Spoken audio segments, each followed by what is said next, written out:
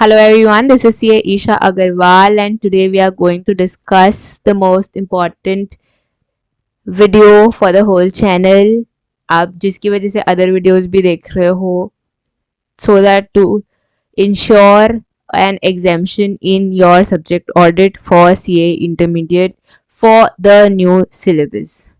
अब देखो होता क्या ऑडिट थोड़ा थियोरेटिकल सब्जेक्ट है प्लस वो थोड़ा टेक्निकल सब्जेक्ट है तो जनरली स्टूडेंट्स का माइंडसेट रहता है पास हो जाओ बस बहुत है examination is a far fetch thing मतलब जिन बच्चों के एग्जामिशन आ जाते हैं वो पूरा ऐसे कि वाओ एग्जामिशन आ गया है मेरा they start giving study tips and everything देना भी चाहिए एग्जामिशन हार्ड है ऑडिट में लाना टेक्निकल प्लस थियोरेटिकल बोल के एंड अभी अभी सी इंटरमीडिएट के रिजल्ट्स निकले तो a lot of students could not clear group two just because of this one subject audit. अब देखो वीडियो के स्टार्ट में पहले हम समझ लेते हैं कि क्या क्या गलतियां होती है क्या क्या इस वीडियो के बेसिक्स है जो आपको समझ लेने चाहिए उसके बाद ही आप आगे का वीडियो देखो जहाँ पे वील स्ट्रैटेजाइज जहाँ पे वील टेल डिस्कस कि कितने आवर्स देने हैं क्या है उस चैप्टर में वो हम बाद में डिस्कस कर लेंगे पहले तीन चार चीज देख लो।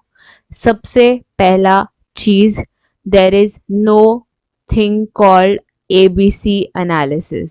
एबीसी एनालिसिस बोल के कुछ नहीं होता। कोई चैप्टर्स ए कैटेगरी कोई चैप्टर्स बी कैटेगरी कोई चैप्टर सी कैटेगरी बट तुम सी ए इंटर का एग्जाम दे रहे हो हर चैप्टर ए कैटेगरी होना चाहिए। So if you are watching this video feeling कि मैं भी आपको A B and C category वाइफिकेट कराऊंगी नहीं मैं तो नहीं करा सकती क्योंकि I am not a paper setter for ICI so I can't say C category से क्वेश्चन नहीं आएंगे या सी कैटेगरी छोड़ दो या सी कैटेगरी मत पढ़ो या उससे कम पढ़ो नहीं। क्यों सी कैटेगरी में अभी क्वेश्चन नहीं आए तो क्या वो चैप्टर अगर फॉर आर्टिकलशिप में आपने किसी ने आपसे वो जनरल नॉलेज में वो क्वेश्चन पूछा कि चलो मैंने करा दिया audit of banks is a C category chapter ठीक है नहीं पढ़ा अभी कैसे तैसे एग्जाम भी क्लियर हो गया आर्टिकलशिप में आपके सीनियर ने आपके मैनेजर ने किसी ने आपसे पूछा कि ऑडिट ऑफ बैंक्स में जो एनपीए टॉपिक था उस पर थोड़ा बताना क्या बोल के आओगे सी कैटेगरी चैप्टर था तो पढ़ा नहीं उसे याद नहीं किया उसे देखा नहीं तो at least if not for the fear of now for the fear of tomorrow and the fear of future तो पढ़ दो सारे चैप्टर्स। आईसीआई जब तुम्हें सीए बना रहा है या तुम्हें सीए फाइनलिस्ट बना रहा है तो वो क्या एक्सपेक्ट करके बना रहा है कि तुम ए बी सी करके जा रहे हो एग्जाम में या तुम हर चैप्टर का नॉलेज रख के जा रहे हो एग्जाम में। So if you are thinking कि मैं ए बी सी एनालिसिस कराऊंगी sorry I am not in support of that. मेरे हिसाब से there is no A B C analysis and if a student has to be prepared he और she has to be prepared for the whole chapter कोई whole chapter and the whole subject कोई A B C कुछ नहीं होता है उसमें हर every chapter is an A category. हाँ hours कितने कैसे एलोकेट करना है वो हम देख सकते हैं कि कोई इजी चैप्टर है सपोज ऑर्डर डॉक्यूमेंटेशन ए कैसे कवर कर रहा है हाँ तो जहाँ मैं 10 घंटे कोई और चैप्टर को दे रही थी वहाँ मैं 2 घंटे दूंगी इस चैप्टर को पर मैं 2 घंटे दूंगी ऐसा नहीं है कि मैं चलो सी कैटेगरी करना ही नहीं है।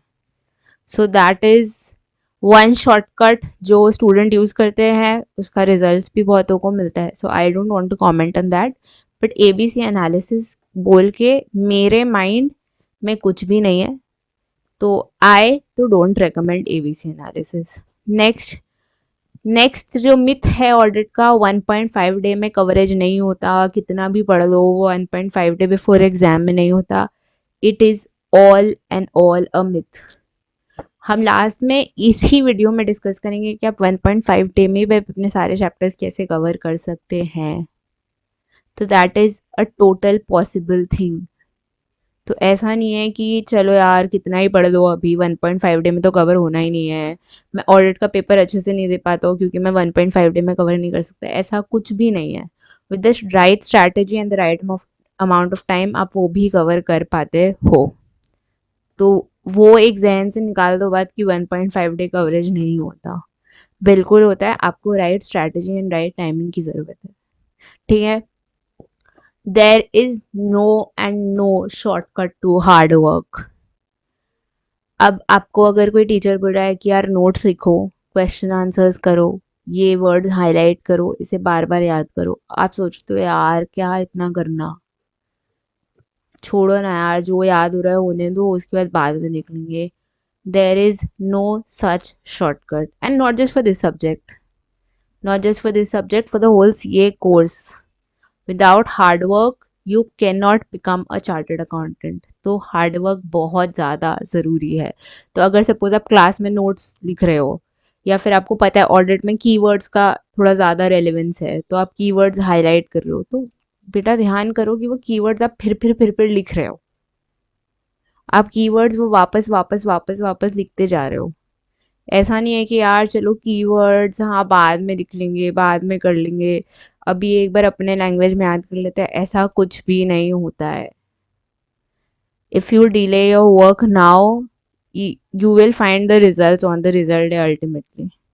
तो अभी से थोड़ा थोड़ा थोड़ा थोड़ा मेहनत करो, you will see the fruit of all this hard work you have done.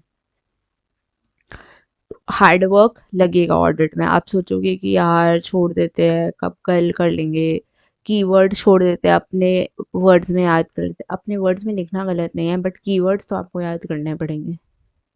अब वो इंटेग्रिटी है तो वो इंटेग्रिटी रहेगा, आप उसमें जाके ऑनेस्टी या कुछ और लिखोगे, वो सिनोनिम्स है, बट यार आईसीआई का वो कीवर्ड इंटेग्रिटी तो इंटेग्रिटी ही रहेगा।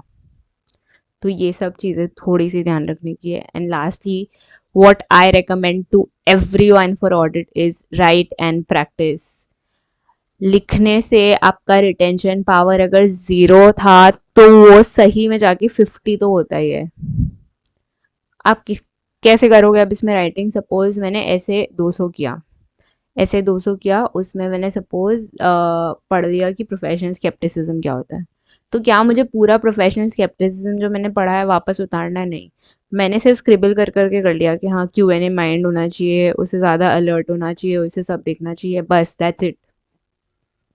मैंने सारे कीवर्ड्स एक बार स्क्रिबल कर लिए, और कुछ नहीं करना है। एनपी करना है तो अब एनपी में प्रोविजन बनना चाहिए, तो फटाफट प्रोविजन के नंबर लिख दिए। डाउटफुल डेथ है तो उसके क्या क्या प्रोविजन होंगे।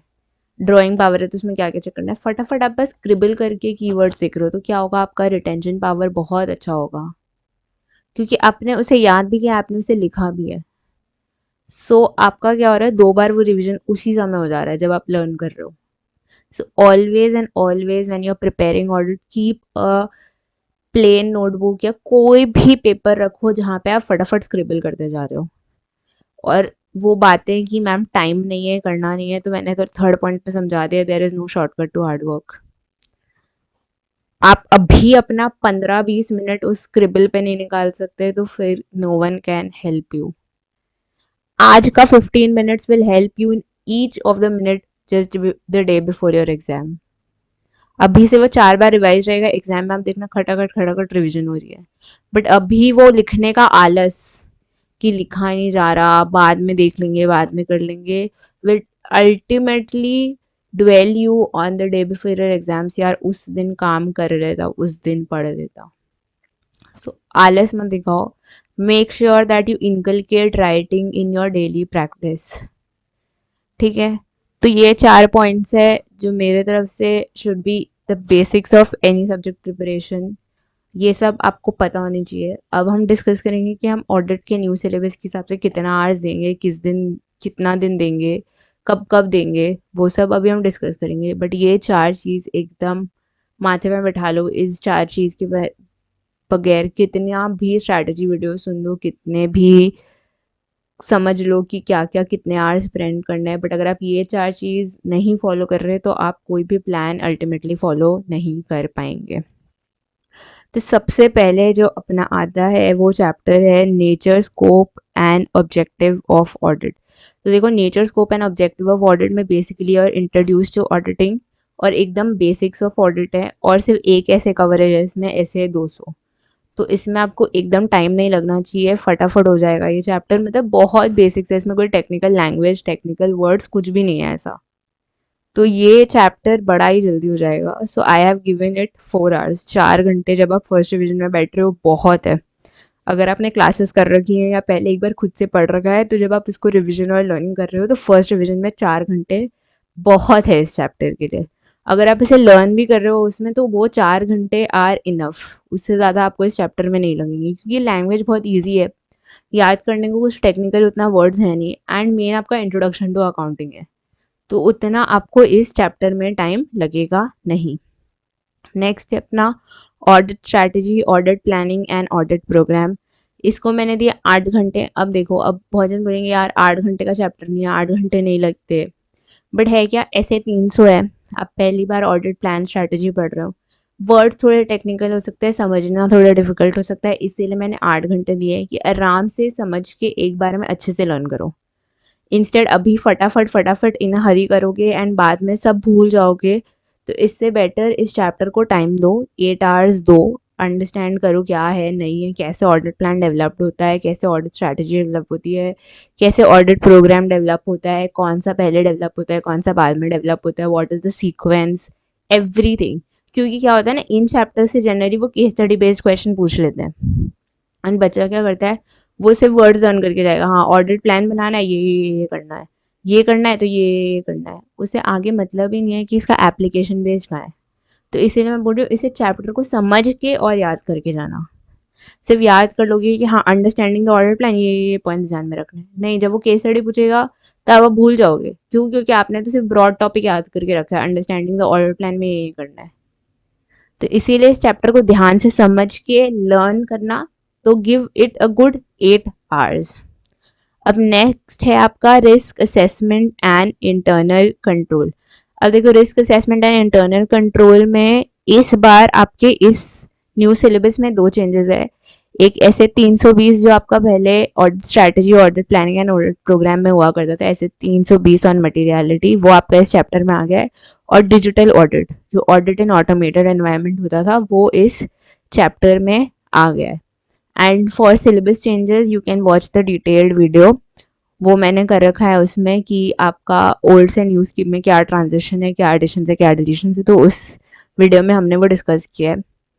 अब वापस आते हैं इस पे, तो अगर इसमें सिर्फ risk assessment and internal control होता तो शायद मैं से 7 से 8 घंटे देती, उससे ज़्यादा ज़रूरत नहीं थी इसमें। मतलब risk assessment and internal control में you will find a lot of things that is similar to audit planning strategy also, तो उसका भी बहुत सारा पॉइंट्स यहाँ कवर हो रहा है। तो if you are done with audit planning and strategy and programme, तो आपका बहुत part of the chapter cover हो रहा है, ठीक है। बाकी आप internal audit, assessment of risk of material misstatement सीखोगे, आईएफसी सीखोगे, रिपोर्टिंग रिक्वायरमेंट सीखोगे, IFC and internal control over financial reporting का डिफरेंस सीखोगे। तो ये सब में आपको मेजर 4 to 5 आवर्स लगने चाहिए लर्निंग रिविजन में, उससे ज़्यादा का ज़रूरत नहीं है। ऐसे 320, 1 घंटा max. Materiality is a very easy concept if understood properly. अब बहुत बच्चों को होता है वो मटीरियलिटी समझते नहीं है, बस लर्न करना है। तो अब आप मटीरियलिटी अगर समझोगे नहीं तो लर्न करना is very difficult, but once you get the hang of it कि हाँ मटीरियलिटी क्या होता है, ऑडिट रिस्क से कहाँ से कनेक्टेड है, मेरा ऑडिट रिस्क अगर क्या होगा तो मेरा मटीरियलिटी क्या होगा, मुझे मटीरियलिटी कब बढ़ानी है, कब कम करनी है, if you are done with understanding that, आप देखो कि आपको इनफ फ्लो सिर्फ आंसर्स याद होते जा रहे हैं, या जो आपका टेक्स्ट है वो याद होते जा रहा है, आपको कोई दिमाग नहीं लगाना। क्योंकि मटीरियलिटी में कोई टेक्निकल वर्ड्स नहीं है, मतलब मटीरियलिटी का पूरा ऐसे is of non technical words, it's totally based on understanding. तो अगर आपकी अंडरस्टैंडिंग मटीरियलिटी को लेकर सही है तो बहुत जल्दी आपको लर्न हो जाएगा। So make sure that when you are doing the first revision or when you are understanding the chapter, you are investing good time in this. बाकी आपको रिवाइज करने में मैक्सिमम 1 घंटा लगेगा। Digital audit, audit in automated environment, yet again a very easy chapter, आपको सिर्फ अपना common sense लगाते जाना है। भाई आप कहीं पे भी जाओगे, अब अगर डिजिटल ऑडिट या सिस्टम ऑडिट कर रहे हो तो आप उनके एप्लीकेशन कंट्रोल्स चेक करोगे, उनके जनरल कंट्रोल्स चेक करोगे, क्या क्या कंट्रोल्स चेक करोगे, किसके पास एक्सेस है, किसके पास नहीं एक्सेस है, प्रॉपर अथॉरिटी डिवीजन है या नहीं है, बैकअप है या नहीं है, डेटा का सही से रख रहे हैं या नहीं रख रहे हैं, कितना उन्होंने डिजिटलाइज किया है, कितना नहीं किया है, ऑडिट ट्रेल का कॉन्सेप्ट इस बार आया है, तो कितना लॉग है, कितना यूजर्स पे डिपेंडेंट है, आपका यूजर ट्रैकिंग कैसा है, तो these are all common sense things. तो येट अगेन डिजिटल ऑडिट में यही है कि अगर आप अपना कॉमन सेंस लगाते जा रहे हो तो चैप्टर डिफिकल्ट नहीं है। मतलब अगर मैं बोल रही हूँ यहाँ पे 3 से 4 घंटे, वो भी बहुत ज़्यादा बोल रही हूँ, 2 घंटे भी नहीं लगेंगे इस चैप्टर को लर्न करने में। Totally based on common sense. जैसे मैंने बोला ना, नॉर्मल क्वेश्चन पूछो अपने आप से, यार अगर मैं सिस्टम ऑडिट चेक करूँ तो सबसे पहले तो मेरे को देखना पड़ेगा ना कि एक्सेस जो है वो किस किस चीज़ का किसको है, और क्या वो दूसरा कोई एक्सेस कर सकता है या नहीं। पहले तो मुझे सिक्योरिटी चेक, किसी भी डेटा चीज़ का, अगर कोई भी मैं डेटा का रिलेटेड चीज़ चेक करी तो उसमें तो मुझे सिक्योरिटी चेक करनी होगी। So that is one point you gate.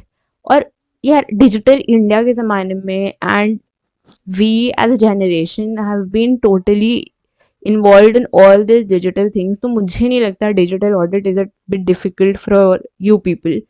तो डिजिटल ऑडिट फटाफट हो जाएगा, उसमें टाइम नहीं है, उसमें सिर्फ अपना कॉमन सेंस लगाते जाना कि आप ऑडिटर होते हो तो आप क्या क्या चेक करते हैं। तो यू विल फाइंड कि your thinking and text books thinking जो उन्होंने लिखा है एकदम सही है, सेम है। तो इसमें कुछ टेक्निकल आपको वर्ड यूज़ नहीं करने, कुछ लर्न नहीं करना है। आज जनरल कंट्रोल्स क्या होते हैं, एप्लीकेशन कंट्रोल्स क्या होते हैं, बट उनके डेफिनेशन भी आपकी थिंकिंग से मैच करेंगे। तो डेफिनेशन याद करना is difficult in this chapter, नहीं वो भी नहीं है इसमें। सो मैक्सिमम आपका 12 आवर्स में आराम से ये चैप्टर कंप्लीट हो जाएगा। अब नेक्स्ट आता है अपना ऑडिट एविडेंस। सो ऑडिट एविडेंस में आप कवर कर रहे हो ऐसे 500 which is based on audit evidence, ऐसे 501 which is based on audit evidence for specific items, ऐसे 505 एक्सटर्नल इन्फॉर्मेशन, ऐसे 510 audit procedures for opening balances, ऐसे 520 that is analytical procedures, और ऐसे 530 audit sampling, ऐसे 550 that is related party, ऐसे 610 using the work of other auditor and audit trail।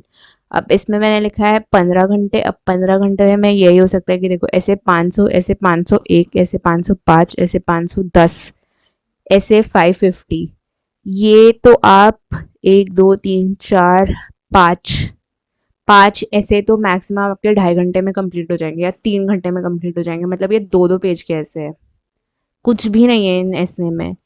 And ऐसे 500 series की पूरी वीडियो आएगी इस चैनल में, so if you want to revise आप उससे भी रिवाइज कर सकते हो। And once you watch the revision video, मेरी देख लो या आप जो टीचर से कर रहे हो, इनफ है। मतलब इनको याद करने में मैक्सिमम आपको आधा आधा घंटा लगना चाहिए, उससे ज़्यादा कोई कुछ काम ही नहीं है, बिकॉज बहुत ईजी ऐसे है। यार ऑडिट एविडेंस है, ऑडिट एविडेंस कैसे ढूंढोगे, इंक्वायरी से ढूंढोगे, ऑब्जर्वेशन से ढूंढोगे। प्रोसीजर्स कौन कौन से लगा सकते हो, एक्सटर्नल कन्फर्मेशन है, किसको भेजोगे, जो एक्सटर्नल पार्टी होंगे उसको ही भेजोगे। डेटर्स तुम्हारी इंटरनल पार्टी है, नहीं एक्सटर्नल पार्टी, उनको भेजोगे। क्रेडिटर्स तुम्हारी एक्सटर्नल पार्टी है, उनको भेजोगे। सो ये सब बहुत ईजी ऐसे है। तो ये सब तो मैक्स आपके 2.5 घंटे में आराम से हो जाएंगे। आप समझ लो बहुत ज़्यादा आप इसको एक्सटेंड कर रहे हो तभी भी आपके 4 घंटे मैक्सिमम लगेंगे। ऐसे 520 530 ये दोनों भी बहुत इजी ऐसे है, बट वो बच्चे के कॉन्सेप्ट में और माइंड में होता है यार एनालिटिकल प्रोसीजर्स बड़ा है, ऑडिट सैम्पलिंग बड़ी है। सो अब 2 2 घंटे ले लो इन दो में, ऐसे में 2 2 घंटे ले लो तो भी आपके 8 घंटे हुए। अभी भी आपके पास 7 घंटे बचे हैं ऐसे 610 और ऑडिट ट्रेल करने में। अब ऑडिट ट्रेल जो आपके सिलेबस में है दैट इज़ मेरे 2 पेजेस, और कुछ नहीं दिया है उन्होंने ऑडिट ट्रेल पे। तो ऐसा कुछ नहीं है कि ऑडिट ट्रेल पे अब मैम एक पूरा चैप्टर सा बन गया है, वैसा कुछ भी नहीं है। वो टॉपिक 2 पेजेस का मेरे लिए है। एंड ऑडिट ट्रेल आप रीड करोगे आपको इतना लॉजिकल थिंग लगेगा एंड इतना इजी लगेगा कि आपको कुछ डिफिकल्टी नहीं होगी, क्योंकि वो that is such a logical process कि वो अब क्या सिस्टम में बहुत पहले आ जाना चाहिए था। So when you will read you will find हाँ ये तो एकदम सही किया गवर्नमेंट ने, ये तो बहुत पहले आ जाना चाहिए था। ऑडिट ट्रेल आपको याद करने में बिल्कुल समय नहीं लगेगा। ऐसे 610 येट अगेन 3 से 4 पेज का ऐसे, उसमें भी आपको टाइम नहीं लगना चाहिए। Using the work of other auditor, अब अदर ऑडिटर का आप यूज़ कर रहे हो, वो क्या क्या देखोगे, वो इंडिपेंडेंट है कि नहीं, ही इज़ वर्किंग ऑब्जेक्टिवली है या नहीं, प्रोफेशनल कंपिटेंस है या नहीं, तो यही सब तो चेक करोगे ना यार। तो बहुत ईजी काइंड ऑफ ऐसे हैं इस ऑडिट एविडेंस वाले में। मतलब 15 घंटे तो मैंने दिए हैं कि आप बहुत आराम आराम से भी कर रहे हो तो भी आपको 15 घंटे में लर्न रिवाइज सब हो जाएगा ये। अगर आप चाहते हो तो लर्न प्लस आप जो मैंने बोला ना राइटिंग, वो भी हो जाएगी आपकी 15 घंटे में। So it's very very easy.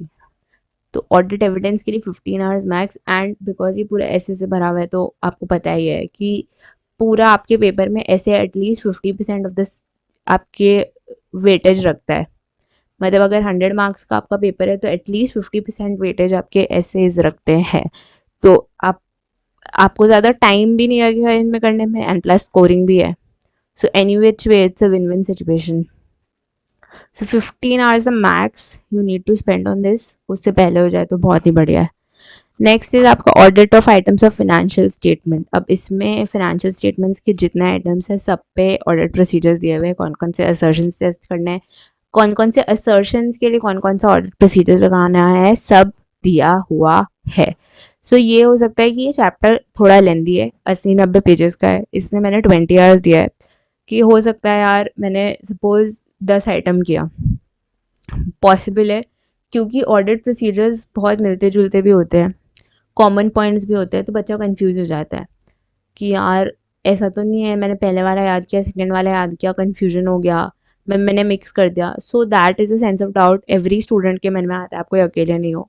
तो वो एवरी स्टूडेंट के मन में आता है कि यार फर्स्ट आइटम जो चेक किया, फर्स्ट आइटम जो लर्न किया एंड जो फिफ्थ आइटम लर्न किया, शायद मैं उसे मिक्सअप कर दे रहा हूँ। तो हर 10 आइटम्स के बाद either take a rough break where you can write everything, फटाफट एक बार लिख दिया, या फिर एवरी 15 आइटम्स के बाद take a break and write all the items. तो इसलिए इसमें मैंने 20 घंटे दिया है। चैप्टर हार्ड नहीं है, चैप्टर लेंदी है। तो the only problem in this chapter is mixing up, because common points भी है, so students generally tend to mix up.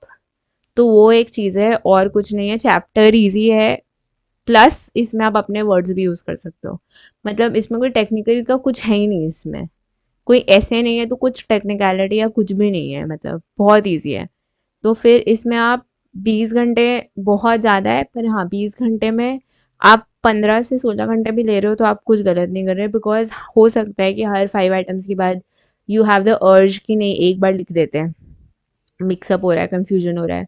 बहुत बार ऐसा होता है कि आप पूरा चैप्टर कर लेते हो ये वाला, फिर आपको लगता है यार फटाफट एक बार बस मैं ऑडिट प्रोसीजर्स लिख देता हूँ, रिवाइज कर लेता हूँ, so that you make sure that कि इतना लर्न किया है, मिक्स तो नहीं हो रहा, याद तो है ना सारे।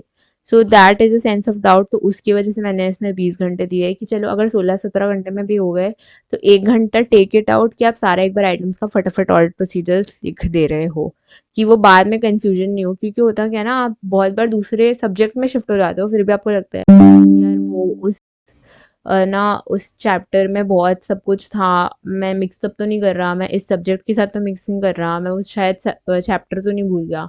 तो इट्स बेटर जिस चैप्टर में आपको ऐसा डाउट लग रहा है उस चैप्टर को 2 या 3 बार रिवाइज करके रख दो। नेक्स्ट इज आपका ऑडिट डॉक्यूमेंटेशन। बड़ा इजी चैप्टर है, 3 पेज का ऐसे है। ऑडिट डॉक्यूमेंटेशन में क्या मेंटेन करोगे, कैसे मेंटेन करोगे, क्या क्या मेंटेन करना चाहिए, सब दिया हुआ है। तो इसलिए मैंने इस पर 2 आवर्स दिए हैं, 1 आवर में हो जाए great. 2 hours yet again is given to you कि आप आराम से समझ के लर्न करके सब कर रहे हो। So 2 hours is the maximum you can take this chapter to, उससे ज़्यादा का काम नहीं है। कंप्लीशन एंड रिव्यू, ऐसे 260, ऐसे 265, ऐसे 450, ऐसे 560, ऐसे 570, ऐसे 580। देखो ऐसे 260 and 265 has been newly introduced to your syllabus communication with TCWG। क्या ये बहुत बड़ा है? नहीं। येट अगेन 2-2 पेज के ऐसे हैं, तो बहुत ईजी है। ऐसे 450 evaluating the effect of misstatements, again बहुत बड़ा ऐसे नहीं है। ऐसे 560 सब्सिक्वेंट इवेंट्स, ऐसे 570 गोइंग कंसर्न, ऐसे 580 रिटर्न रिप्रेजेंटेशन। इनमें से कोई भी ऐसे बड़ा नहीं है। हाँ, इनमें से जो एसेज हैं वो थोड़े टेक्निकल हो सकते हैं, क्योंकि आपको जो इनमें से क्वेश्चंस मिलेंगे वो पूरे केस स्टडी बेस्ड मिलेंगे। तो यहाँ पे अंडरस्टैंडिंग का लेवल इन एसेज में बहुत अच्छा होना चाहिए आपका, more than the learning level आपका अंडरस्टैंडिंग लेवल अच्छा होना चाहिए। आपको पता होना चाहिए कि अगर मैं ये टॉपिक कर रहा हूँ तो मैं ये टॉपिक पूरा समझ रहा हूँ। कि इसे केस स्टडी बेस्ड क्वेश्चन आए तो ऐसा नहीं होना चाहिए यार मुझे ये टॉपिक तो याद है, पर क्योंकि मैंने समझा ही नहीं इस टॉपिक में क्या है तो फिर मैं उस पर लिख ही नहीं पा रहा हूँ, मुझे समझ में ही नहीं आ रहा है कौन सा आंसर जाएगा उस केस स्टडी पे। तो इसीलिए ये जो छः छः से हैं आपके, हाँ 6 से हैं, तो इनमें अंडरस्टैंडिंग लेवल बहुत बढ़िया रखना। तो अगर मैंने 12 घंटे दिए हैं तो अगर आपके ऐसे आपको लग रहा है यार एक एक घंटे का ऐसे, आधा आधा घंटा का ऐसे, फिर भी take your time and understand it pretty well. होगा तो सॉल्व द क्वेश्चंस जो साथ साथ में हैं, इनके ICMAT में होंगे, या आपके जो भी अपने ट्यूशन क्लासेस ले रखे हैं उनके क्वेश्चंस हैं उनके साथ सॉल्व करते जाना, so that you will get an hang कि हाँ इस जो ये टॉपिक मैं लर्न कर रहा हूँ इसके 4 टाइप्स के क्वेश्चंस हो सकते हैं। ठीक है, या फिर और आप मन में भी बना सकते हो कि हाँ शायद ये भी इसका क्वेश्चन हो सकता है, ये भी इसका क्वेश्चन हो सकता है, this is the topic that they have given, अब इससे ये भी क्वेश्चन बन सकता है। तो वो एक चीज़ है। तो ये 6 ऐसे में ये मत सोचना कि डायरेक्ट क्वेश्चंस आ जाएंगे कि हाँ कंपनी गोइंग कंसर्न में जा रही है तो क्या करना चाहिए, नहीं वो घुमा के तो देंगे केस स्टडी में। तो वो एक इंश्योर करना कि आप सही से एकदम अंडरस्टैंड करके ये चैप्टर कर रहे हो। नेक्स्ट आता है आपका ऑडिट रिपोर्ट। इसमें मैंने दिए 15 घंटे, क्योंकि आपको ब्रांच ऑडिट, जॉइंट ऑडिट, कारो सब करना है।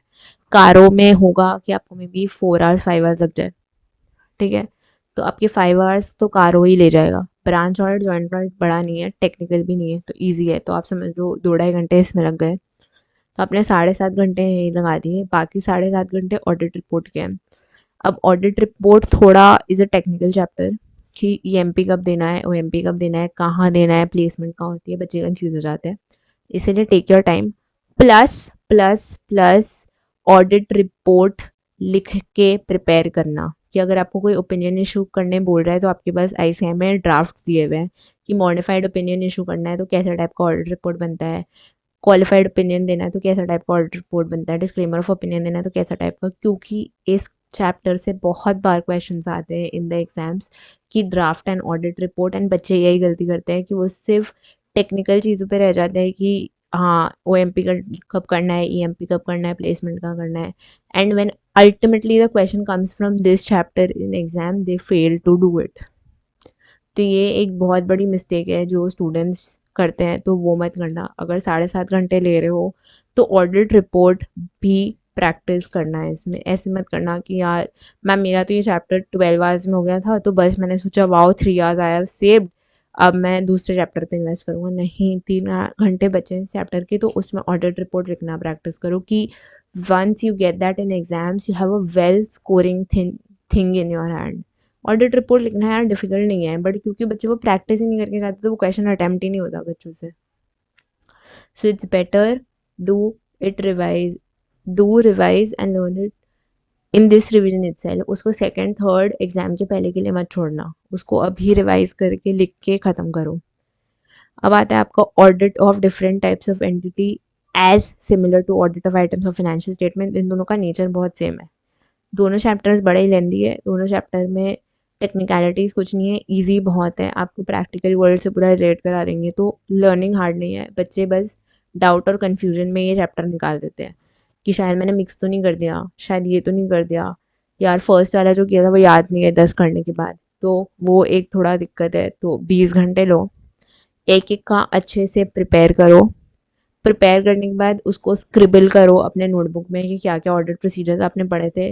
लास्ट में अगर 15-16 घंटे में चैप्टर हो भी जाता है तो फिर एक बार try writing all of this. जो लेंदी चैप्टर्स होते हैं please practice the habit of writing at the end in on completion of those lengthy chapters. मैं आपके इंटर के ऑडिट के सिलेबस में ज़्यादा लेंदी चैप्टर्स है नहीं, मैं 3 ही चैप्टर्स में ही रिकमेंडेशन देती हूँ कि एंड होने के बाद एक बार फिर से स्क्रिबल कर लो। आपके audit of items of financial statements में, audit of different kinds of entities में एंड ऑडिट ऑफ बैंक्स में, ये 3 चैप्टर्स में मेरी डियर रिक्वेस्ट है कि एक बार ये चैप्टर्स खत्म हो जाए। चैप्टर्स के विद इन तो आपको करना ही है स्क्रिबल, जैसे जैसे आप टॉपिक करते जा रहे हो वो तो आपको स्क्रिबलिंग करनी है, बट एक बार चैप्टर्स खत्म हो जाए फिर वापस स्क्रिबल करना कि आपको एक सेंस ऑफ कॉन्फिडेंस रहेगा कि हाँ मैंने याद करके एक बार फिर से लिखा है तो I know that I have learn this chapter. वरना क्या होता है वो लास्ट में जब दिखना नहीं होता है ना, तो मैंने बोला ना जैसे आप दूसरे सब्जेक्ट में दूसरे चैप्टर में चल जाओगे और दूसरे सब्जेक्ट में जंप कर जाओगे, बट आपको लगेगा यार कुछ तो याद किया था उसमें अब याद नहीं आ रहा, तो वो कॉन्फिडेंस एंड मोरल पूरा नीचे चला जाता है। ठीक है, तो इट्स बेटर कि सिर्फ 3 चैप्टर्स में, audit of items of financial statements, audit of different kinds of entity and audit of banks में take out that extra 1 hour and scribble अपने बुक्स में, कॉपीज़ में, कुछ भी जहाँ पे आपने पूरा चैप्टर लर्न किया है हर में छोटा छोटा स्क्रिबलिंग कर दो यार। सपोज हॉस्पिटल में, तो हॉस्पिटल में क्या चेक करना है, number of patients, beds, receipts, जो भी उनका एक्सपेंसेस ये सब चेक करना है, फटक से छोटे से मैं लिख दिया। अब सपोज एक्सपेंसेस चेक करना है तो right only the word expenses, that is enough. पर बार बार उसको एक, मतलब आपको पूरा सेंटेंस में नहीं लिखने बोल रही, पर एटलीस्ट राइट दैट 1 वर्ड। वो आपका कॉन्फिडेंस देखना, ये करने से ना, ये एक्ट करने से बहुत ज़्यादा बढ़ जाएगा। सो एक लेवल ऑफ कॉन्फिडेंस के साथ जब एग्जाम दोगे ना तो एग्जाम ऑटोमेटिकली अच्छा जाएगा। अब आपका आता है audit of banks. As I said lengthy है, प्लस ये टेक्निकल है, ये थोड़ा टेक्निकल है, इसमें बहुत इजी वर्ड्स नहीं है, इसमें होता है बच्चों को कन्फ्यूजन, टाइम लगता है, तो इसमें ऑल दो टॉपिक्स कम है, मैंने 20 घंटे दिए हैं क्योंकि टेक्निकल है तो हो सकता है कि थोड़ा याद करने में टाइम लगे, थोड़ा समझने में टाइम लगे, तो take your time. 20 hours is enough, उससे ज़्यादा आपको नहीं लगेगा। सो इसमें आराम से समय लेके समझें। बाकी दोनों चैप्टर्स जैसे लेंदी ज़्यादा है, उसमें टॉपिक ज़्यादा है, इसमें टॉपिक्स कम है बट अंडरस्टैंडिंग का लेवल अच्छा रिक्वायर्ड है। So take your time and understand. अब लास्ट आता है आपका ethics and terms of audit engagement. ये है आपका नया chapter in the new syllabus जो आपके सीए फाइनल से सीए इंटर में डाल दिया गया है, वो भी आपका पूरा नहीं डाला हुआ है, सिर्फ आपने एथिक्स और बेसिक्स ऑफ एथिक्स पढ़ना है कि इंडिपेंडेंस में क्या क्या आपको मेंटेन करना है, सेफगार्ड्स क्या होने चाहिए, थ्रेट्स क्या होती है, तो ये सब है। सो ये ना, मतलब देखो इसमें भी यही है कि वर्ड्स कीवर्ड्स बहुत सारे हैं पर टेक्निकल नहीं है, समझने में इजी है, पर हाँ कीवर्ड्स है इसमें, तो मे बी आपको वो याद करने में टाइम लगे। जैसे अब हो गया आपका थ्रेड, क्या हो सकता है, फेमिलियरिटी थ्रेड्स हो सकता है, मैं एक दूसरे को जानता हूँ, वो हो सकता है। इंटरेस्ट थ्रेड्स हो सकता है कि मैं उसका शेयर होल्डर हूँ उस कंपनी का, तो मेरा फाइनेंशियल इंटरेस्ट आ जाता है। तो ये सब इजी है, समझना इजी है, बट हाँ वो सेल्फ इंटरेस्ट, फेमिलियरिटी, ये सब वर्ड्स याद करने में बच्चों को थोड़ा टाइम लगता है, इसीलिए मैंने इसमें 15 आवर्स दिया है कि टेक योर टाइम। वो जो एथिक्स वाला पार्ट है उसको आप पहली बार पढ़ रहे हो, लर्न कर रहे हो, देख रहे हो, तो take your time, 7 to 8 hours उसमें दो।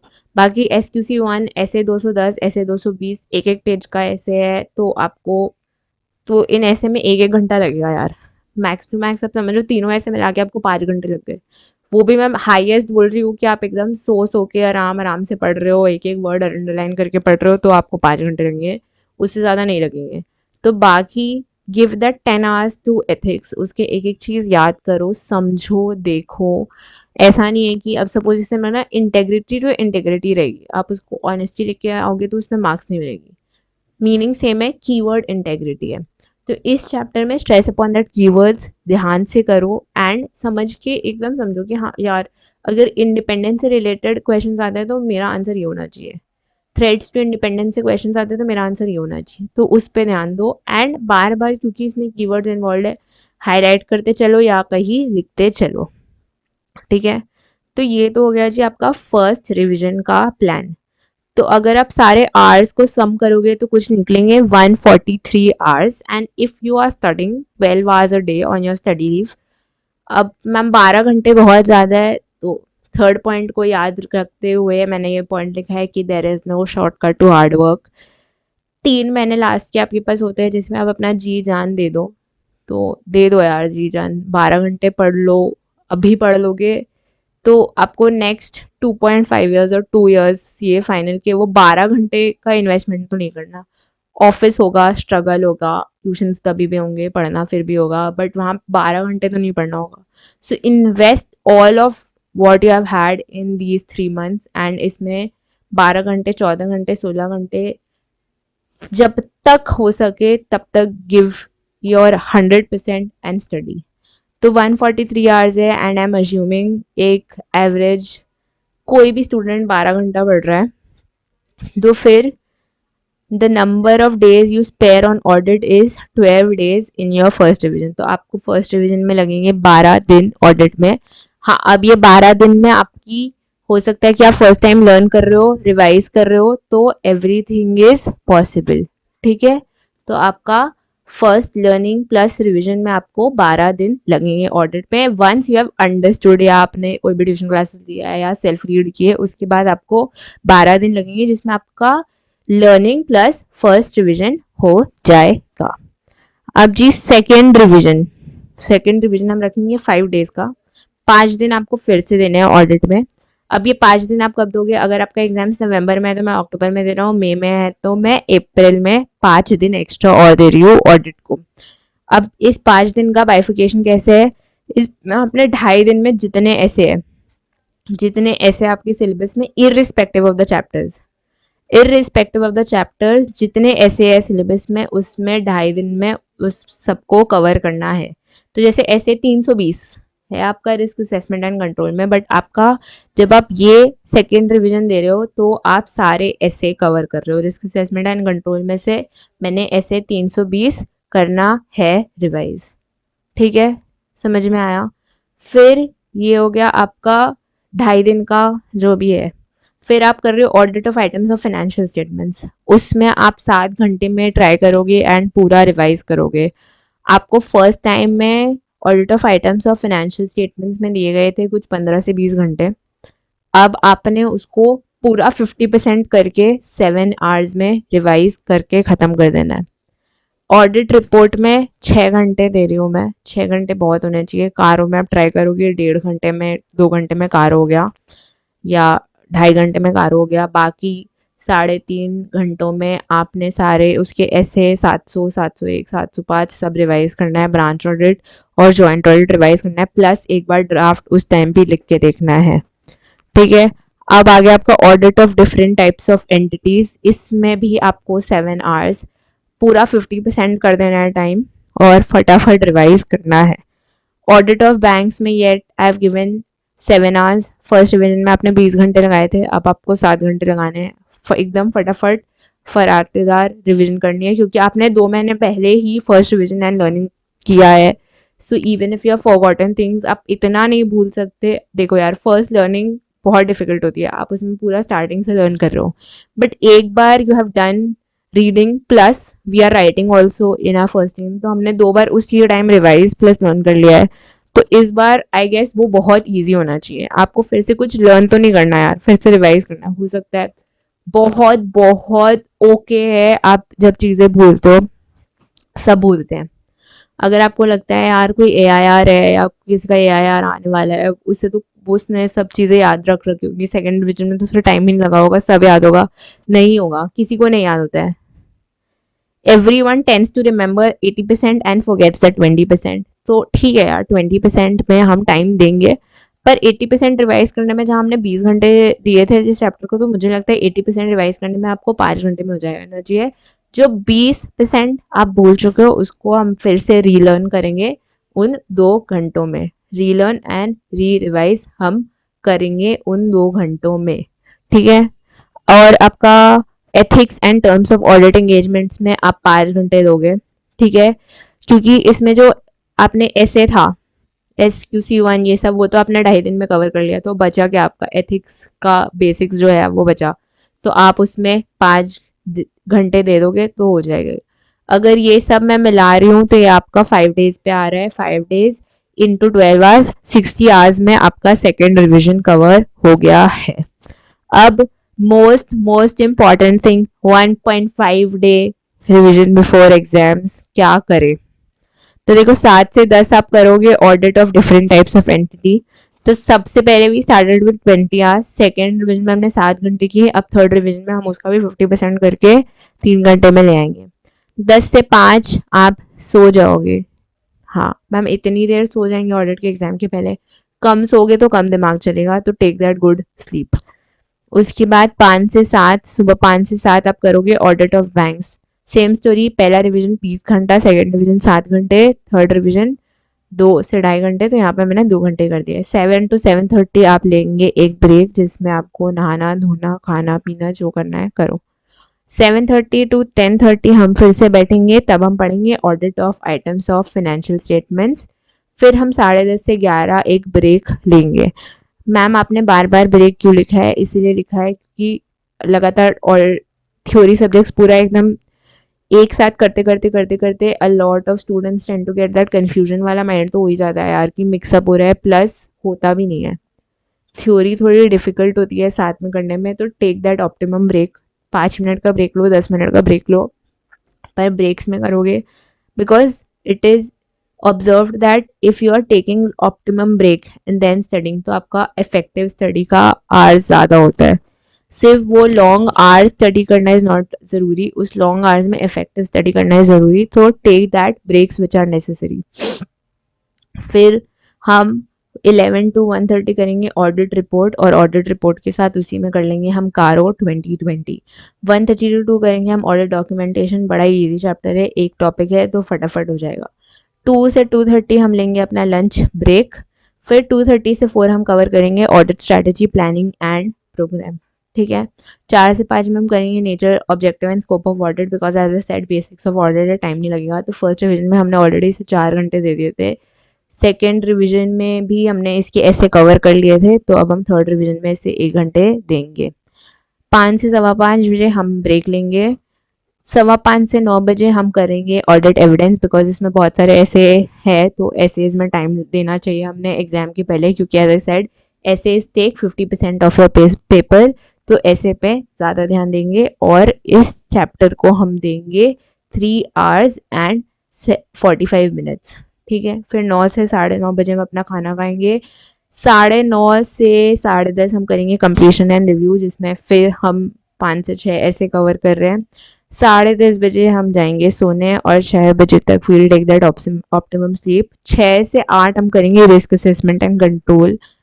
8 से 8:15 हम लेंगे फिर एक ब्रेक एंड 8:15 से लेके 10 बजे तक ethics and terms of audit engagement हम कवर करेंगे और हम अपना ऑडिट का सिलेबस ख़त्म करेंगे on our exam day at 10 AM। तो आपके पास उसके बाद भी वक्त है, which I am not counting because बहुत लोगों का जो एग्ज़ाम हॉल होता है वो घर से दूर होता है, तो they need to go and start at maybe 10:30 और 11, वो अपने घर से उन्हें निकलना होता है, तो वो आवर्स में काउंट नहीं कर रही।